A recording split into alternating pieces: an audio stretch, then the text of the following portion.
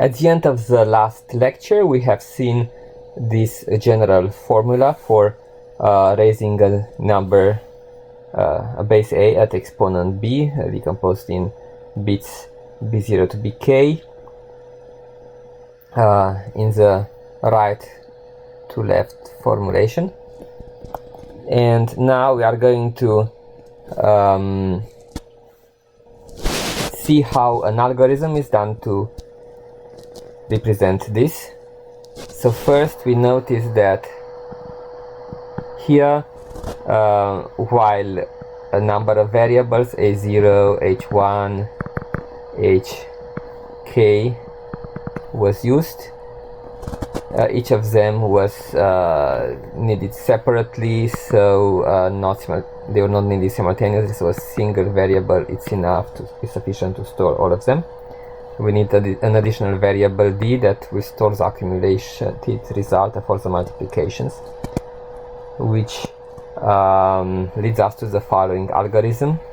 So one initialize h with a. Note it, this is our first step over there. D is initialized with 1. Subsequently, as in the slide, we can have a while loop, while b different from 0, extracting the 1 bit and then multiplying the current term if the bit is different from 1, ending the loop with h, raising h to the square, but this would have us compute h square in the last round, which is not needed. A better algorithm is this one in the slide. So we are going to have an infinite loop forever, in which we are going to extract the rightmost bit of b. Let it be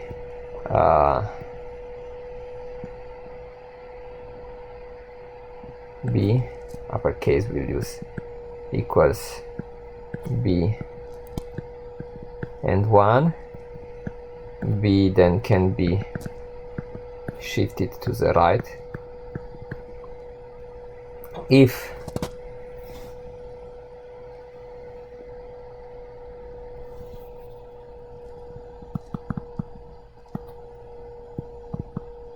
the bit that was extracted is equal to 1, then we are going to accumulate in D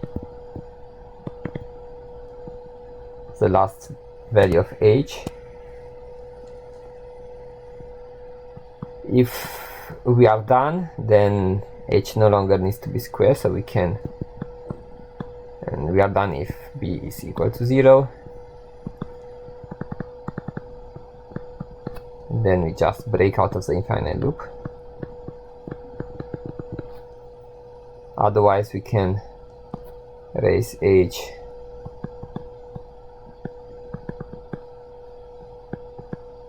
to square, and we continue the loop with the next bit. Okay, so this is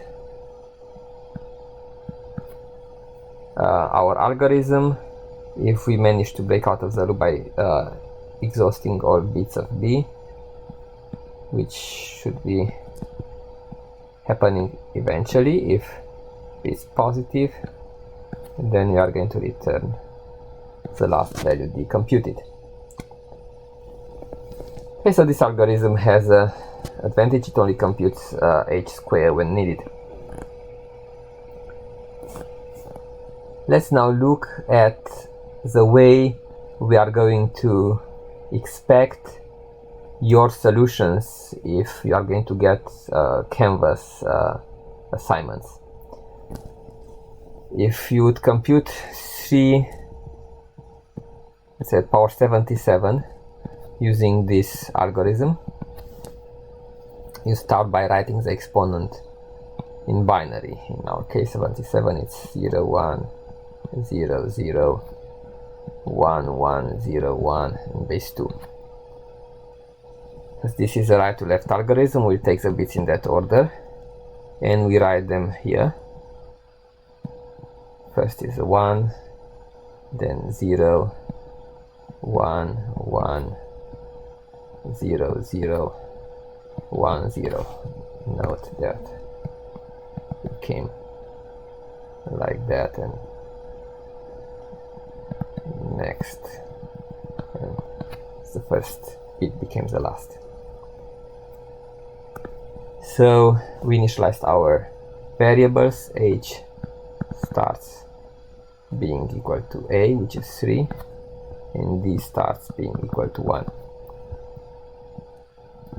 Then in each round we are going to start by checking the bit. If the bit is 1, the rightmost bit, then we are going to multiply the previous H into the current D. So we get here 1 times 3 equals 3, and then we square H. If the bit is 0, we don't update anything with D, we don't accumulate anything, but H is still squared, so that's 9 squared becomes 81. If we don't do any modulus computation, right? Next, again, we have a 1. 81 will be multiplied with 3, and you get 243.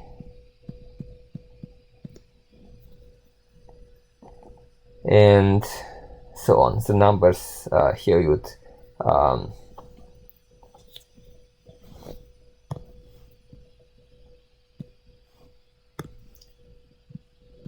(243) was this column. Here we would raise 81 to square, and would be a very large number. So we will not generally do such exponentiations without modulus. In the slide you have the continuation of the exponents computation without the actual numerical values. Let's see how you would handle this such a computation if we have a modulus. 3 to the power 77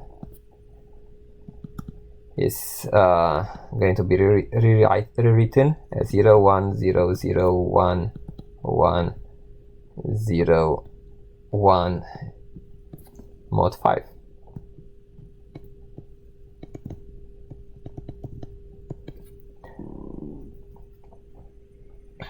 So if we are working mod 5, then we repeat the same procedure.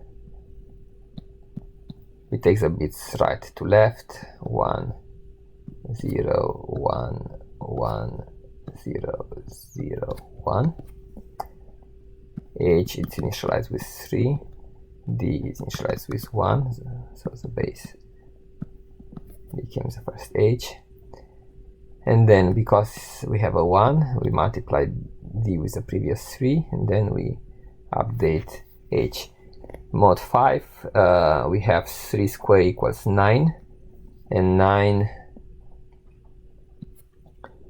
mod 5 is 4. We have a 0, so we don't update anything for D. We are going to raise 4 to the square, and we get 16, which mod 5 is 1.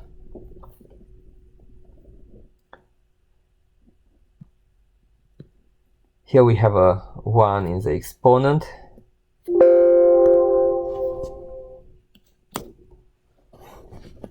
And therefore we are going to square the value we had before. 1 squared is 1, so we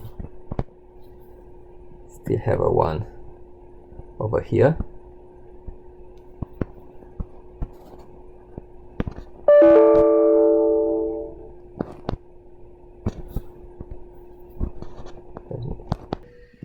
So continuing,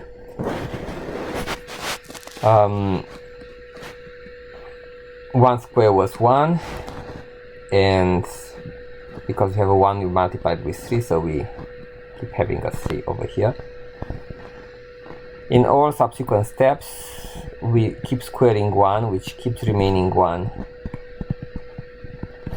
And in each one, we are going to multiply the one before with a 3, so we keep ending up with a 3 for this. So we get that 3 at power 77 mod 5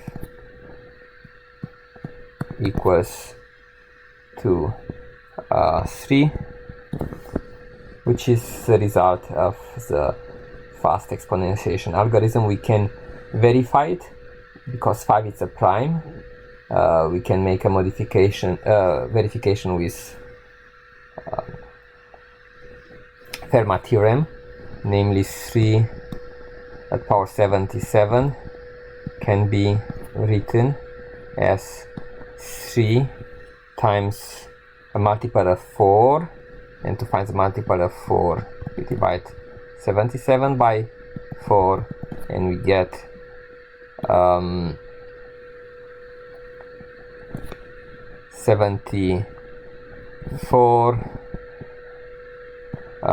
76 plus 1, by 76 being equal to 4 times 19 plus 1. So we get it 77 as 19 times 4 plus 1, which is the generalized version of Fermat theorem. Therefore we know we are going to get 3, confirming the result we have just obtained. Something intriguing here was the fact that h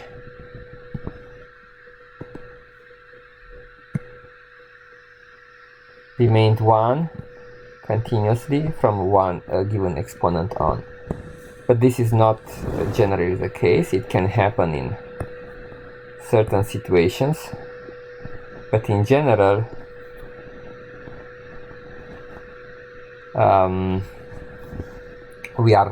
we may get different values. Let's take the case of computing 3 at power 77 mod 11. Mod 5, since the Fermat theorem exponent p minus 1 is 4, it's a power of 2, we had this behavior, but when the exponent, when the p minus 1 it's not a power of 2, in this case 11 minus 1 equals 10 is 2 times 5, it's likely that we may not end up with a repeated value of 1. Let's check this equation. 3 at power 77. This is based on the Lagrange's theorem. 1 is obtained only if the exponent is a multiple of the order of the element. So 3 at power 77 is again 3 at mod 11. It's 3 at power 1 0 0 1 1 0. Again we take them right to left, and this becomes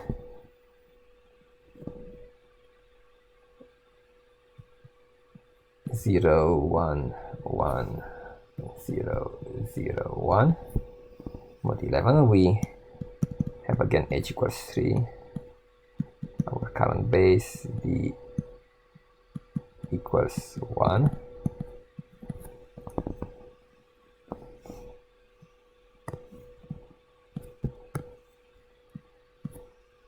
Then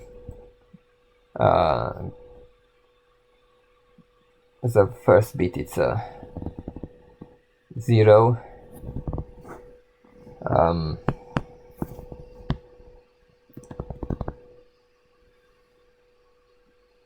Sorry, the exponent was 1 0 0 1 1 0 1.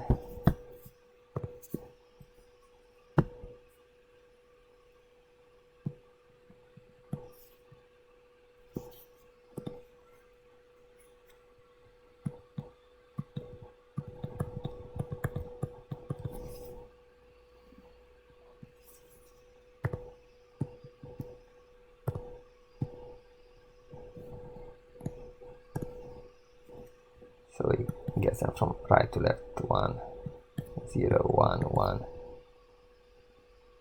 0, 0, 1. So the first on the right was a 1, therefore we multiply 3 with 1, we get here 3, and 3 squared is 9, mod 11 it remains 9. We have a 0, we do nothing to do, we square 9 and we get 81, which mod 11, because now we are working mod 11.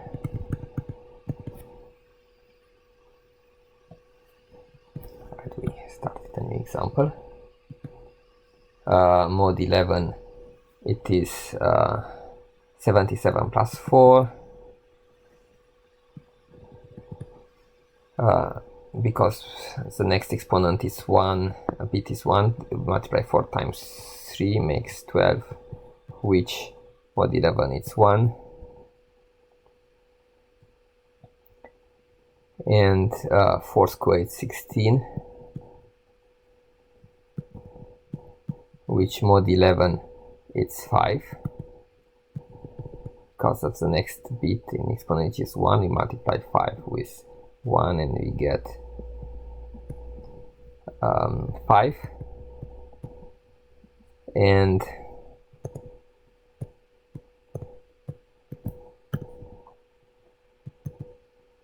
5 square on the top for h, it's 25, and 25 it's 22 plus 3. There's a 0, we raise 3 squared, it's 9, copy it. 9 squared is 81, which again is 77 plus 4. And now because we have a 1, 4 times 5 it's 20, which mod 11 is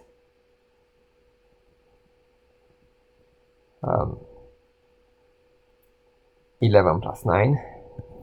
And since we are at the end, we don't need to compute h squared, so this will be our result.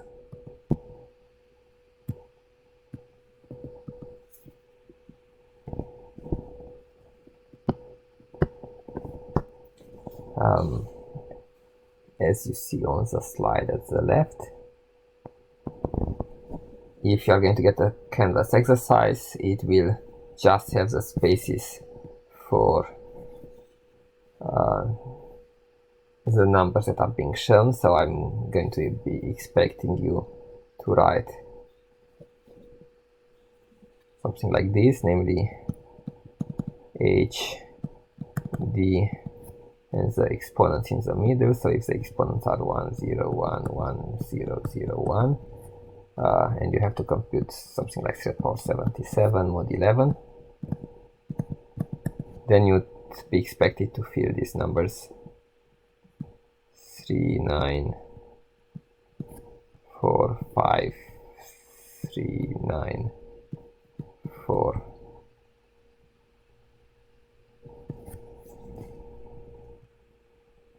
And on the bottom 1,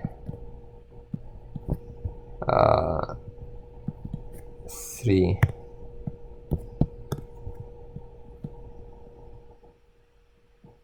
1, 5, and 9, one number under each one, and the remaining case is empty or repeating the value that was before. So this is the way in which canvas grids are expected to be filled.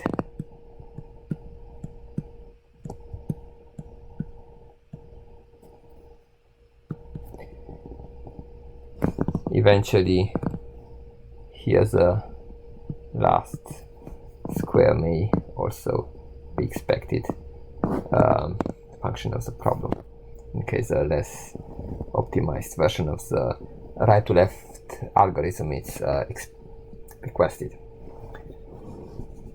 So this is the first exponentiation algorithm we are seeing, the right to left algorithm.